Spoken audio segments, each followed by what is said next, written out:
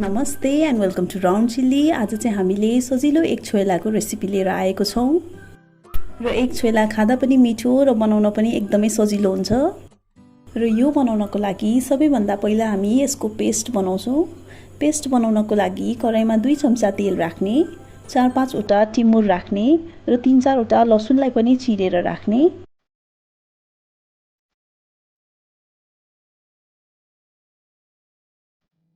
र एउटा ठुलो टमाटरलाई पनि काटेर राख्ने।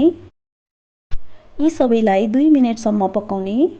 यसमा हजुरहरूले सुक्खा खोर्सानी पनि राख्न सक्नुहुन्छ।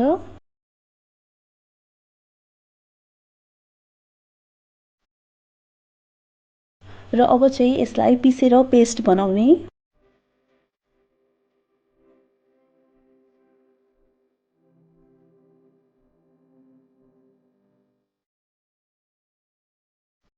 अब चाहिँ अन्डा छोइलाको लागि हामी प्लेन अमलेट बनाउँछौँ। त्यसको लागि मैले 4 वटा अन्डा लिएको छु।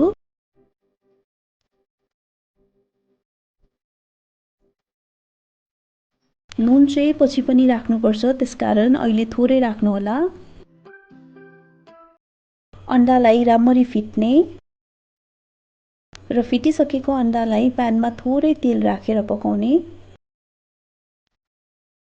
अन्डा चाहिँ एउटा एउटा गरेर या मैले जसरी सबैलाई एकैपल्ट जसरी पनि अमलेट बनाउन सक्नुहुन्छ।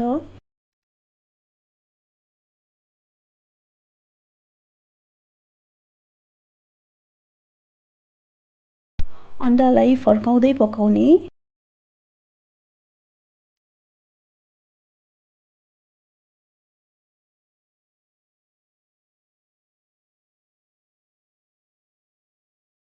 र अब चाहिँ अमलेट रेडी भइसकेको छ। यसलाई एकैछिन सेलाउन दिने र आफूलाई मन परेको स्टाइलमा काट्ने।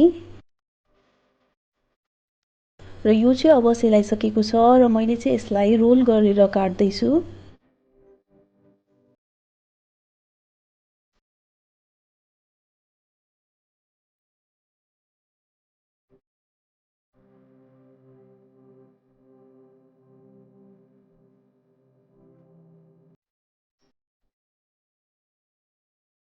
र मैले चाहिँ यसलाई चाहिने सामग्रीहरू काटेर रेडी गरिसकेको छु र हाम्रो पेस्ट पनि रेडी भइसकेको छ।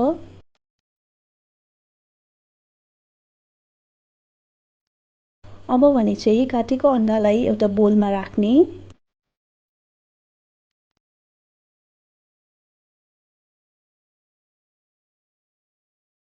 र काटेको प्याज, खोर्सानी, लसुनको पत्ता र अघि बनाएको पेस्ट पनि यसमा राख्ने। नुन र खोर्सानीको धुलो र मरिचको धुलो पनि राख्ने।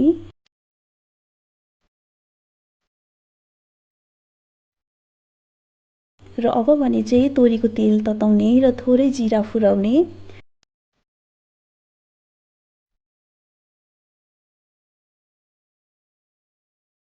ग्यास अफ गरेर बेसार राख्ने र अघिको अन्डामाथि झान्ने। कागतीको रस पनि राख्नुहोला।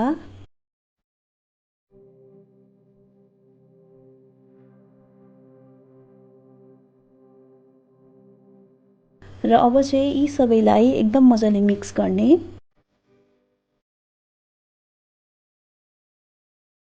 र यतिको मिक्स गरिसकेपछि यो एग छोइला खानलाई रेडी भइसकेको छ।